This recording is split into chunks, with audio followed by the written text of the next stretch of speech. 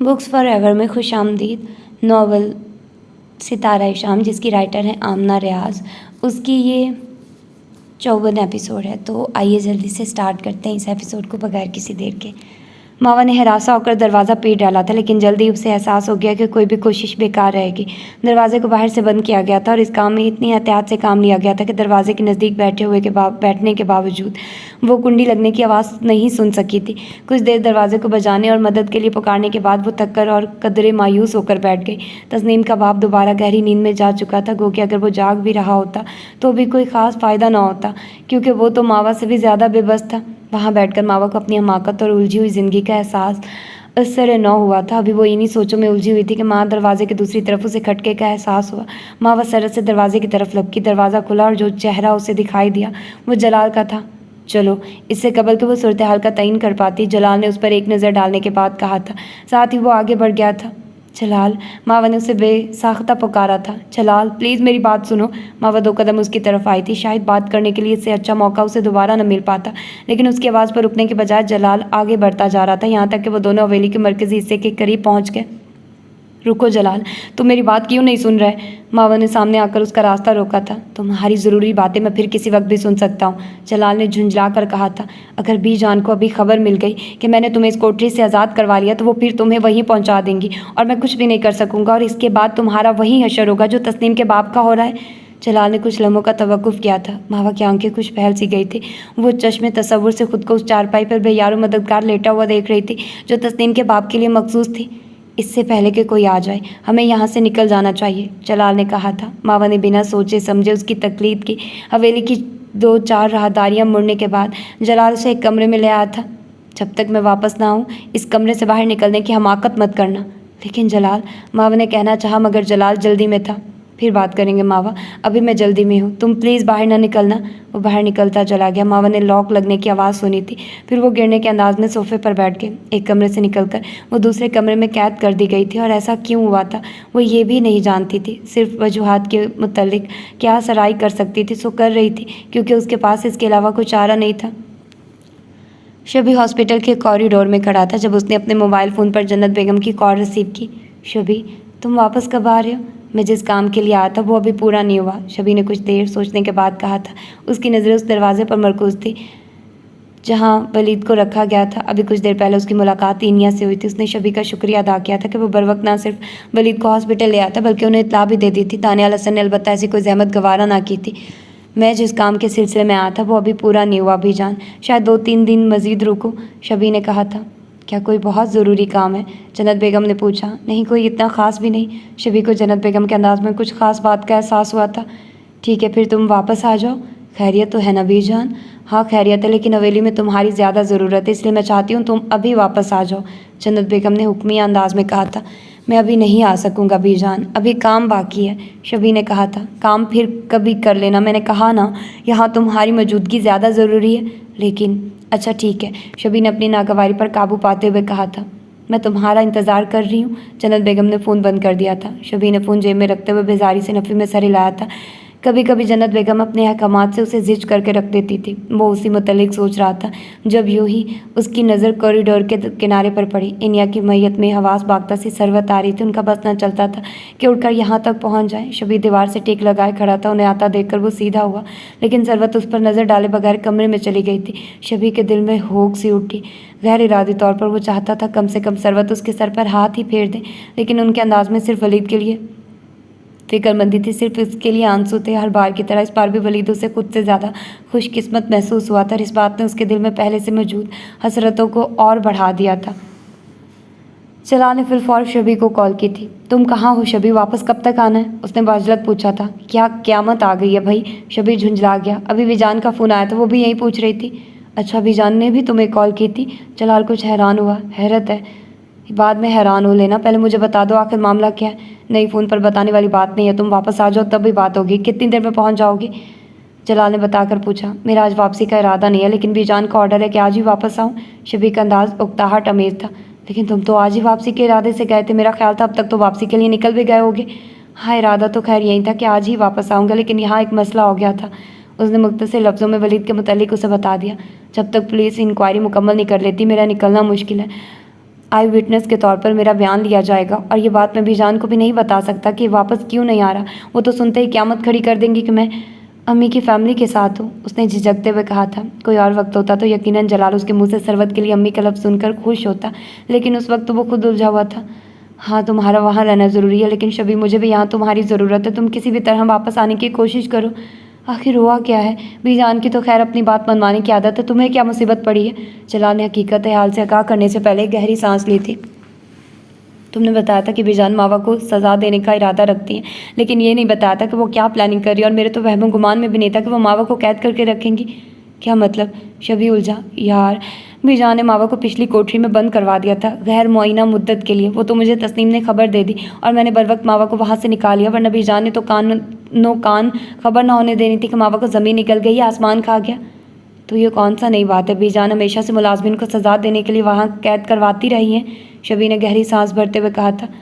गलत तरीक़ाकार तो वो भी था, लेकिन हम में से किसी ने भी कभी उनको उनकी गलती का एहसास दिलाने की कोशिश नहीं की।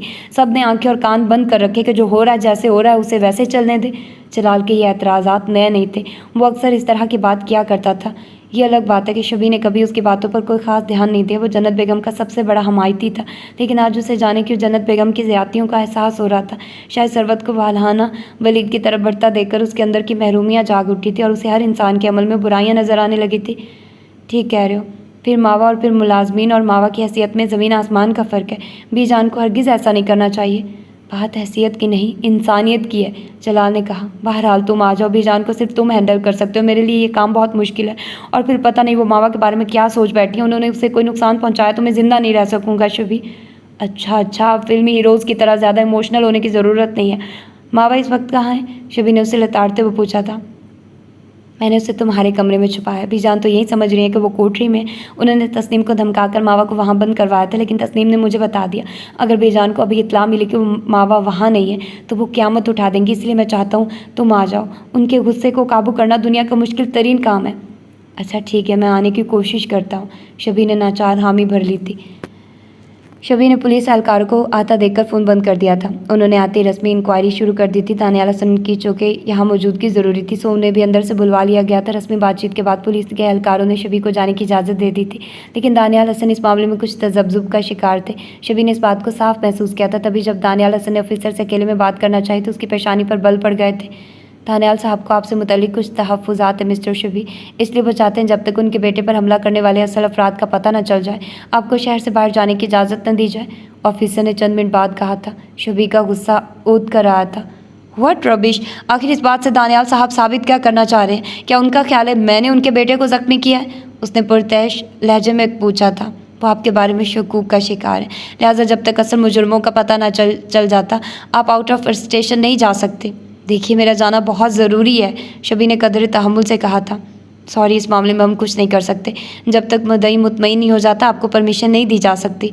शबी की उकताहट में इजाफा हुआ था, लेकिन उसने एक लंबी बहस में पढ़ना मुनासिब नहीं समझा। मगर उसके गुस्से में हर आन इजाफा हो रहा था। अपनी तमाम तर लातलकी के बावजूद वो वलीद को न सिर्फ हॉस्पिटल ले आया था बल्कि उसका ख्याल भी रखा था। इसके बावजूद उस पर शक किया जा रहा था जैसे उसने ही वलीद को नुकसान पहुँचाया हो।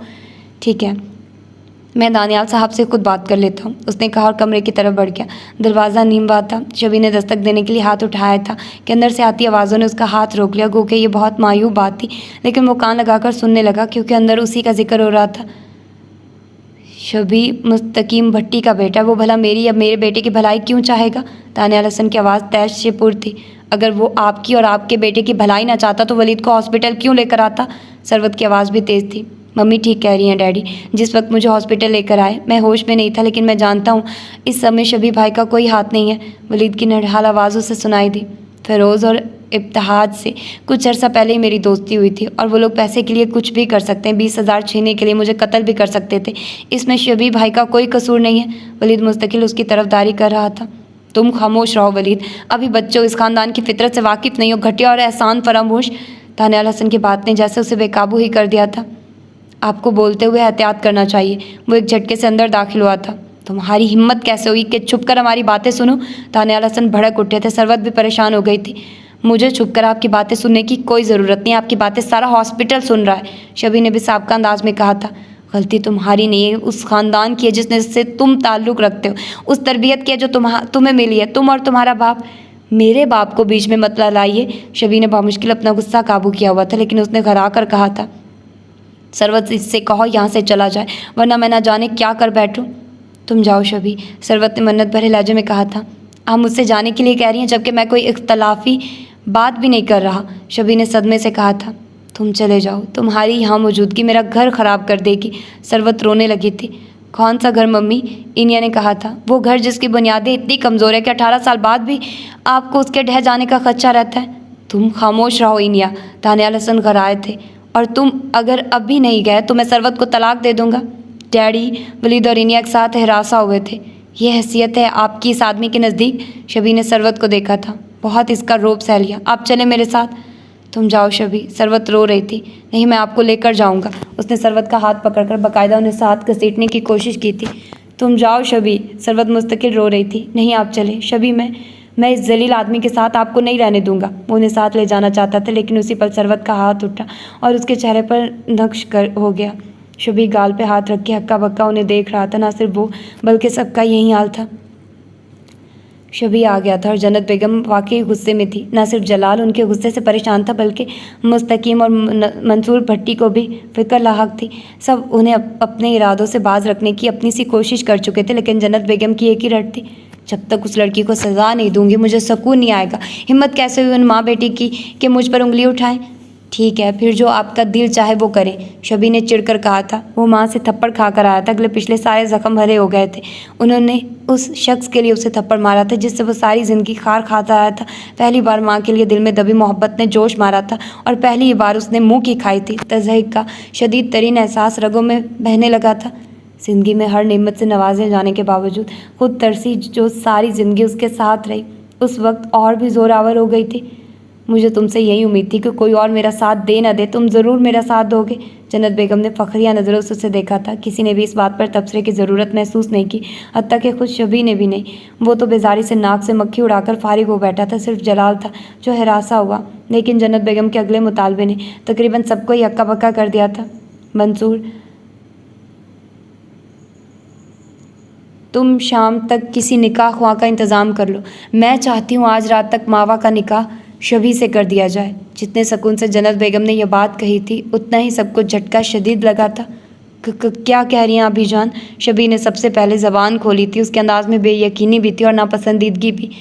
हाँ, मावा को हवेली में रखने का एक यही वाहिद रास्ता है। उसे भी सज़ा मिलेगी और उसकी माँ को भी। शबी ने फर्दन फर्दन सबकी तरफ देखा और उस पर इंकशाफ हुआ कि इस नए मुतालबे से सिर्फ वो नावाकिफ़ था या जलाल, जिसका इस बात पर बाकायदा मुंह ही खुल गया था। शबी का दिल चाह खींच कर उसे एक थप्पड़ रसीद करे, जिसमें बस इतना ही हौसला था कि चुप छुपा कर निकाह कर सके। इस निकाह को डिफेंड करने का हौसला बिल्कुल नहीं था, लेकिन अगले लम्हे वो हैरान रह गया जब जलाल ने मजबूत लहजे में नुक्ता एतराज़ उठाया। ये आप मावा को सज़ा देंगी या शबी को? और इससे होगा भी क्या? मैं तो यही नहीं समझ पा रहा। उसका लहजा तेज़ था। तुम खामोश रहो जलाल, जन्नत बेगम ने टपट कर कहा था, क्योंकि बहरहाल उसका इस तरह अचानक बोलना खुद उनके लिए भी बाइस हैरानी था। मैं खामोश नहीं रहूँगा बीजान, जलाल ने कहा। आखिर आप दूसरों की ज़िंदगियों का फ़ैसला इतनी आसानी से किस तरह कर लेती हैं, ये सोचे बगैर कि आपके फ़ैसलों का उन पर क्या असर पड़ेगा? तुम्हें किसने इजाज़त दी कि मेरे मामलात में दखल दो? जन्नत बेगम का गुस्सा और शदीद हुआ था। आपने इजाज़त दी हो या नहीं, लेकिन इस मामले से आप मुझे किसी तरह अलग नहीं कर सकती, क्योंकि जलाल ने पल भर का तवक्कुफ़ किया था और लहज़ा भर के लिए ही शबी की जानिब देखा था।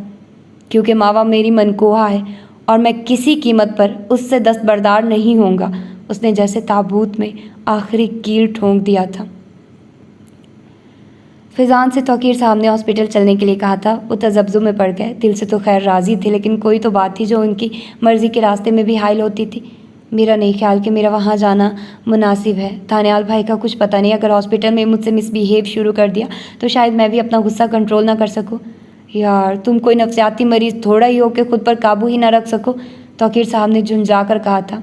ऐसी बात दानियाल कहता तो चलो मैं मान भी लेता कि गुज़रे माहो साल ने उसे किसी हद तक नफ्सियाती मरीज़ बना ही दिया है।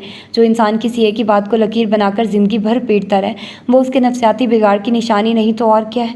दानियाल ऐसा ही है। कभी अपनी ज़िंदगी को पुरसकून बनाने की उसने कोशिश ही नहीं की। वरना सरवत भाभी की पहली शादी को नज़रअंदाज करना क्या मुश्किल था, वो भी उस सूरत में जबकि पहली शादी की कोई निशानी भी उनके पास नहीं थी। मैं दानियाल की ज़िंदगी के हालात से वाकिफ़ रहा हूँ, उसी के तवज्जुह से सरवत भाभी पर जो कुछ गुजरा उससे आगाह हूँ। इतनी बड़ी बातें नहीं थी जितनी दानियाल गर्दानता रहा। छोटी छोटी बातों का वावेला किया जाए तो वो बड़ी बन जाती है। तौकीर साहब ने गहरी सांस भरकर उसे देखा था। इन सब बातों के बावजूद इनिया अच्छी लड़की है, शायद तुम्हें इससे बेहतर शरीके हयात न मिल सके। फिज़ा ने चौंक कर उन्हें देखा। मैं समझा नहीं तौकीर भाई। तौकीर साहब हंसती है। इससे ज़्यादा वाज़ेह अल्फाज में बात नहीं समझाई जा सकती। तुम अच्छे खासे ज़हीन आदमी हो, नासमझी का मुजाहरा करो तो बात दूसरी है। मेरा मशवरा यही है कि तुम्हें इनिया के बारे में संजीदगी से सोचना चाहिए। वली ने अपने बचपने में गो के एक नामाकूल बात की थी, लेकिन मेरा ख्याल है इससे माकूल बात और कोई नहीं हो सकती। तुम इस बारे में सोचो।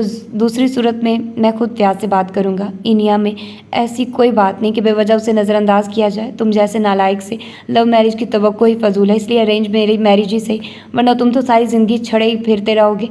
तौकीर साहब का अंदाज़ कुछ ऐसा था कि फ़िज़ान को बिसाख्ता हंसी आ गई। हंस रहे हो, इसका मतलब राज़ी हो? अब ऐसी भी कोई बात नहीं है, फ़िज़ान ने खुशदिली से कहा था। तो क्या इसका मतलब इनकार है? खैर ऐसी भी बात नहीं है, इस बार फ़िज़ा ने कहकर लगाते हुए कहा था। तौकीर साहब के चेहरे पर दबी दबी मुस्कुराहट थी, जैसे सब समझ रहे हो। मुझे थोड़ा वक्त दें तौकीर भाई, ज़िंदगी के मामलात इतनी जल्दी कैसे तय किए जा सकते हैं? खुदा को मानो यार, अपनी उम्र देखो और अपने इरादे सुनो। तुम्हारी उम्र के लड़के अपने बच्चों को हाई स्कूल भेजने की तैयारियां कर रहे हैं और तुम शादी का फ़ैसला ही नहीं कर पा रहे। अब इतना भी उम्र रसीदा नहीं हूँ मैं, फ़िज़ा ने जलकर कहा था। तौकीर साहब खूब दिल खोल कर हंसे, फिर बोले, जो भी फ़ैसला करो खूब सोच समझ कर करना। हॉस्पिटल चलते हो? मैं ज़रा वलीद की खैरियत मालूम करना चाह रहा हूँ, उन्होंने पूछा। जी मैं भी चलता हूँ, आप गाड़ी स्टार्ट करें, मैं ये बर्तन ज़रा किचन में रख कर आ रहा हूँ। तौकीर साहब सर हिलाकर बाहर की तरफ बढ़ गए। फ़िज़ान किचन में आ गए। क्योंकि मावा मेरी मनकुआ है और मैं किसी कीमत पर उससे दस्तबरदार नहीं होऊंगा। जलाल की आवाज़ सारे कमरे में गूंजी थी और सबको जैसे सांप सूंघ गया था। जन्नत बेगम हक्का बक्का उसकी शक्ल देख रही थी। क्या बकवास कर रहे हो तुम? फिर उन्होंने ही इस खामोशी को तोड़ा था। ये बकवास नहीं है बीजान, हकीकत है कि मैं मावा से निकाह कर चुका हूँ। तो तुम हो वो जिसने उस छटांग भर की लड़की को मेरे मुकाबिल खड़ा किया और उसे हवेली लेकर आए? जन्नत बेगम की बेयकीनी किसी तरह ना जाती थी। ऐसी बात नहीं है बीजान, जलाल ने एहतराम से कहा था। मबादा उसके बोलने को गुस्ताखी न समझ लिया जाए। जिस वक्त मैंने मावा से निकाह किया, हम दोनों ही नहीं जानते थे कि माजी की कोई कड़ी हम दोनों से जुड़ी हुई है। हम एक दूसरे को पसंद करते थे और मैं ये भी जानता था आप पसंद की शादी की इजाज़त नहीं देंगी, इसीलिए मैंने खुद फैसला किया कि मुझे शादी कर लेना चाहिए। अपनी मर्ज़ी कर ही लिया तो अब एक काम और करो, अपना बोरिया बिस्तरा समेटो और हवेली से दफ़ा हो जाओ। जन्नत बेगम गुस्से में जैसे पागल ही हो गई थी। ये बात नाकाबिले बर्दाश्त थी कि पोते ने इतना बड़ा फ़ैसला उसकी मर्ज़ी के बगैर कर दी लिया। अपनी मर्ज़ी से शादी करना कोई गुनाह तो नहीं है बीजान, शबी ने भी ज़बान खोली थी। तुम खामोश रहो शबी, और कोई इस मामले में नहीं बोलेगा। आज तक इस हवेली में किसी परिंदे ने मेरी मर्ज़ी के बगैर पर नहीं मारा और इसकी इतनी हिम्मत कि शादी करके बैठ गया। इसमें इतनी अक्ल भी नहीं है कि ये समझ सकता वो लड़की उसे अपने मकसद के लिए इस्तेमाल कर रही है। आखिर आपको एतराज़ किस बात पर है, जलाल के निकाह पर या आपकी मर्ज़ी के बगैर निकाह पर? शबी ने चिढ़कर पूछा था। हर बात पर गुस्सा मत करें बीजान, इतनी बड़ी बात नहीं है ये। तुम खामोश क्यों नहीं हो जाते शबी? और तुम, उन्होंने जलाल की तरफ देखा, तुम्हारे पास दो रास्ते हैं, या तो हवेली छोड़ दो या अभी के अभी उस लड़की को तलाक दे दो। गो के जलाल का इंकशाफ सभी के लिए हैरान कुन था, लेकिन जन्नत बेगम के इस मुतालबे पर सभी हक्का बक्का रह गए थे। अम्मा आप बेकार की ज़िद कर रही हैं, मुस्तकीम ने कहा था। जिससे मेरी ज़िद बेकार लग रही है वो भी इन दोनों के साथ दफ़ा हो जाए। खुदा के लिए भी जाना, हर मामले में बच्चों की तरह रिएक्ट करना छोड़ दे, शबी ने कहा। जलाल तो इस निकाह के लिए राज़ी भी नहीं था। मैंने इसे फोर्स किया था कि बेजान को अपने बच्चों की खुशियाँ अजीज़ है, वो एतराज़ नहीं करेंगी। उसने हवा में तीर चलाया था। जन्नत बेगम के लिए एक और धचका। तो गोया तुम भी शामिल थे इस निकाह में? जी मैं भी शामिल था, और अब आप ये नाहक ज़िद छोड़ दें। सारी ज़िंदगी अपनी मनमानी करने का ये मतलब हरगिज़ नहीं है कि आपका हर फैसला दुरुस्त तस्लीम किया जाए। वो भी अगला पिछला हिसाब आज ही बेबाक करने को तैयार बैठा था। तुम मेरे फ़ैसलों को गलत करार दे रहे हो। इससे पहले तो कभी ऐसा नहीं हुआ कि मेरा शबी मेरे किसी फ़ैसले को गलत करार दे। जन्नत बेगम की आवाज़ सदमे से चूर थी। इसलिए क्योंकि आज तक मैंने आपके दिमाग से सोचता रहा हूँ। मैंने वही देखा जो आप मुझे दिखाती रही, वो बोलता रहा जो आपकी ज़बान से निकलता था। मैंने कभी अपनी अकल तो इस्तेमाल ही नहीं की बीजान। जो आपने कहा वो सच मान लिया, जो आपका हुक्म हुआ उसको बजा लाया, आपकी हाँ में हाँ मिलाते हुए। मैंने कभी सोचा ही नहीं कि मैं कितने लोगों को हर्ट कर रहा हूँ। उसे न जाने कौन कौन से पछतावे सता रहे थे। अपनी अगली पिछली सारी गलतियाँ याद आने लगी थी। मैं जैसी भी हूँ ठीक हूँ, जन्नत बेगम ने गुस्से से कहा था। ये तय है कि जलाल को इस हवेली से जाना होगा और जिसे मेरे इस फैसले पर एतराज़ है वो भी इसके साथ जा सकता है। बीजान आप गुस्सा ना करें, जलाल ने कहना चाहा। खबरदार जो तुमने दोबारा मुझे बीजान कहा, कोई रिश्ता नहीं है तुम्हारा हमसे। जन्नत बेगम का गुस्सा बजा सही लेकिन गैर मामूली ज़रूर था। शबी मुताज्जिब सा होकर उन्हें देखता रहा। वो तो हमेशा इसी तरह रिएक्ट करती थी, फिर आज ही उसे अजीब क्यों लग रहा था। बीजान प्लीज़ तुम भी खामोश रहो शबी, मेरे फैसलों को गलत समझते हो तो तुम भी इन दोनों के साथ चले जाओ। जन्नत बेगम का पुरतैश लहजा उससे सुलगा गया था। ठीक है, आप ये चाहती हैं तो मैं भी चला जाता हूँ। वो भी उनका पोता था और गुस्से में उनसे 2 हाथ आगे था, उसने साबित कर दिया। शबी, जलाल ने कहना चाहा लेकिन शबी ने हाथ उठाकर उसे बोलने से रोक दिया। पागल मत बनो शबी, अम्मा इस वक्त गुस्से में है, उन्हें नहीं पता वो क्या कह रही हैं। तुम्हारे जाने का दुख होगा उन्हें, मुस्तकीम भट्टी ने दबी आवाज़ में कहा था। मुझे कोई दुख नहीं होगा, जब ये दोनों मेरी मर्ज़ी के बगैर फैसले कर सकते हैं तो फिर अपनी मर्ज़ी खुद जिएं, अपनी ज़िंदगी खुद जिएं, जन्नत बेगम ने गुस्से से कहा था। सुन लिया आपने, इन्हें किसी की कोई परवाह नहीं है, शबी ने तंजिया मुस्कुराहट के साथ कहा था। बारी बारी सबको निकालने से बेहतर है आप सबको एक ही बार इस हवेली से निकाल दें, क्योंकि आज नहीं तो कल सब आपको आपके गलत फैसलों की वजह से छोड़ ही देंगे। तुम ठीक कहते हो, मैंने बहुत गलत फैसले किए। जन्नत बेगम का अंदाज़ अजीब था और सबसे गलत फैसला तन्वा को तुमसे मंसूब करना था। मैं अब अपने इस फैसले को दुरुस्त करना चाहती हूँ। तुम इस हवेली से दफ़ा हो जाओ और तन्वा का नाम भी अपनी ज़बान पर मत लाना। अम्मा खुदा का वास्ता इस मामूली सी बात को अना का मसला ना बनाइए, मंसूर भट्टी ने मन्नत भरे लहजे में कहा था। किसी भूल में मत रहिए, तन्वा से मैं किसी कीमत पर दस्तबरदार नहीं होऊंगा। उसका अंदाज़ चैलेंजिंग था। जन्नत बेगम का गुस्सा शदीद होने में लम्हा भी ना लगा। ये तो तुम्हें वक्त बताएगा। जन्नत बेगम ने रुख बदल लिया। ये इस बात का इशारा था कि तुम्हें अब दफ़ा हो जाना चाहिए। चलो जलाल। वो दोनों आगे पीछे बाहर निकल गए थे। ओह वाह, मतलब मुझे ये नावल बहुत ज़्यादा बेकार लगा। ऑनेस्टली स्पीकिंग मैंने बहुत जबर करके इसको कंप्लीट किया, और जब आप लोगों को लग रहा हो कि मैं बहुत ज़्यादा टाइम ले रही हूँ, नावल सही से अपलोड नहीं कर पा रही, तो समझ जाइएगा आई एम नॉट इंटरेस्टेड। मुझे पसंद नहीं आ रहा नावल। और इसके अलावा यार बात ये है कि मुझे अब मज़ा आ रहा है, अच्छा लग रहा है। जब जंग चल रही है ना जन्नत भी और वो शबी के दरमियान, यार मज़ा आ रहा है। ऐसे ऐसे अच्छा लगता है। थोड़ा स्पाइसेस भी होने चाहिए नावल में। तो अब जाकर एंड पर आए हैं स्पाइसेस। तो होपफुली कि आप लोग भी इंजॉय कर रहे होंगे। मिलते हैं इसके अगले एपिसोड में। अपना ढेर सारा ख्याल रखिएगा। अल्लाह हाफिज़।